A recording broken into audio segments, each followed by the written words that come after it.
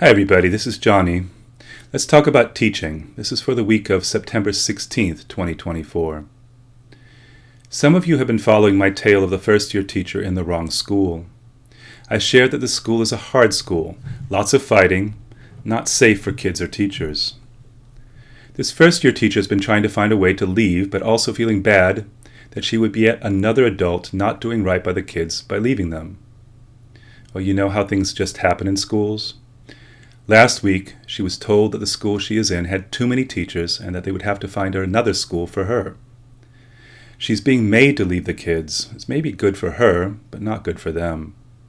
She now finds herself in a school near where she lives, teaching a grade she loves, but there's always a catch when things get changed in schools.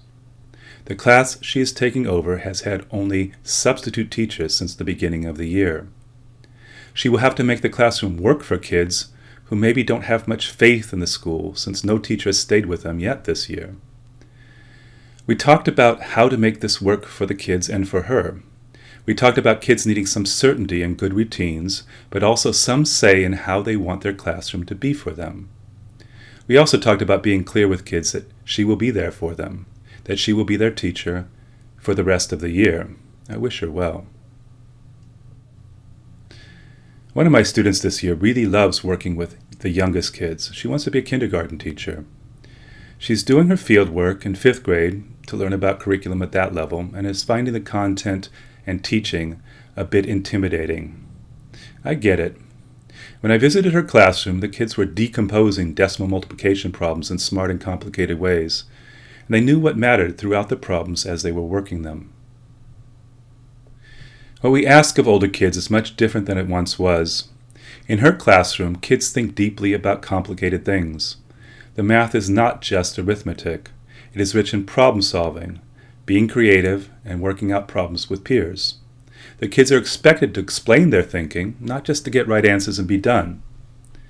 As much as this is great for kids and what we should expect for our teaching, this looks overwhelming to a beginning teacher.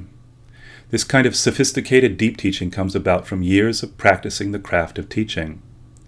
How do we get a beginning teacher started on the road to this kind of teaching?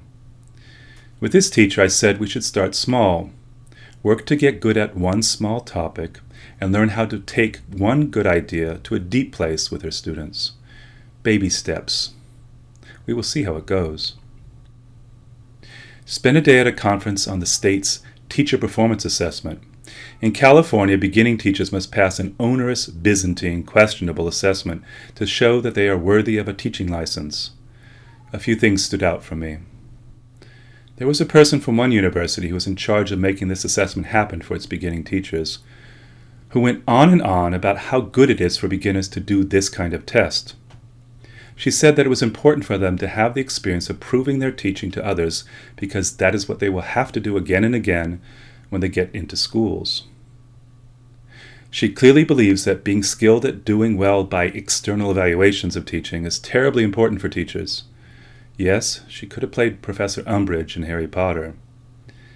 I spoke up as I do and said that it might be better for beginning teachers to learn to measure their own teaching for themselves through reflection and peer feedback so that they could learn from it and make their teaching better for themselves. The meeting closed before she could respond.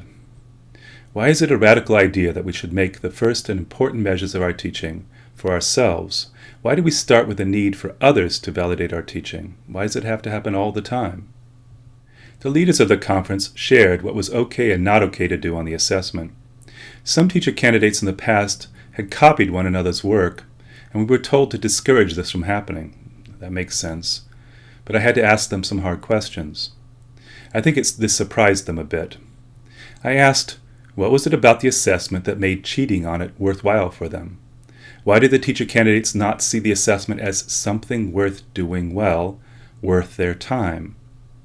I did not say that maybe they cheated on the assessment because it was a mess of an assessment, an obtuse exercise of control by the state, and the teacher candidates just wanted to get it over with. Instead, I said that maybe the teacher candidates could not see themselves in it. They could not see the work put into the assessment as actually helping them to become teachers. I asked them to consider making one that would do this. They gave the message to everyone that it was important to follow the rules to do right by the assessment. I gave back the message that the rules should work to do something right by the beginning teachers. Perhaps what most disturbed me in this conference was that only a few of the participants asked good questions about the assessment and no critical questions at all. I'm being unkind, but the word automatons kept coming up. It seemed that for most participants, the overriding concern was how to implement the wretched thing. Umbrage land again. Which leads me into something philosophical. Listening to my friend's good podcast, he's the one interested in the nature of work. His guest in a recent show talked about mistaken emphasis in organizations on process and missed emphasis on principles. Think about how much of your work is framed as how to do your work, from teacher manuals to professional development to the focus of staff meetings.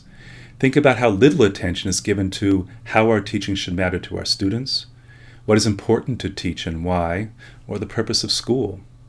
How often have you found yourself in the middle of some new approach to teaching, the thing you are now supposed to do, and wondered, where did this come from? Why is it important? How does this fit with what I believe about kids, learning, and teaching? How often do any of us ask for the pause, to ground our work with what matters? Some of us do this.